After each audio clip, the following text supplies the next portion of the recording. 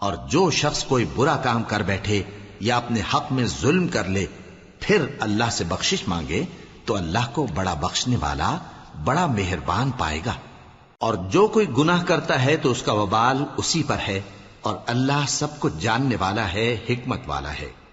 اور جو شخص کوئی قصور یا گناہ تو خود کرے لیکن اس کا الزام کسی بے گناہ پر ڈال دے تو اس نے بہتان اور کھلے گناہ کا بوجھ اپنے سر پر رکھا. اور اے نبی، اگر تم پر اللہ کا فضل اور اس کی مہربانی نہ ہوتی تو ان میں سے ایک جماعت تم کو بہکانے کا قصد کر ہی چکی تھی، اور یہ اپنے سوا کسی کو بہکا نہیں سکتے اور نہ تمہارا کچھ بگاڑ سکتے ہیں. اور اللہ نے تم پر کتاب اور حکمت نازل فرمائی ہے اور تمہیں وہ باتیں سکھائی ہیں جو تم نہیں جانتے تھے، اور تم پر تو اللہ کا بڑا فضل رہا ہے. ان لوگوں کی بہت سی سرگوشیاں اچھی نہیں. ہاں، اس شخص کی سرگوشی اچھی ہو سکتی ہے جو خیرات یا نیک بات یا لوگوں میں صلح کرنے کو کہے، اور جو ایسے کام اللہ کی خوشنودی حاصل کرنے کے لیے کرے گا تو ہم اس کو بڑا ثواب دیں گے.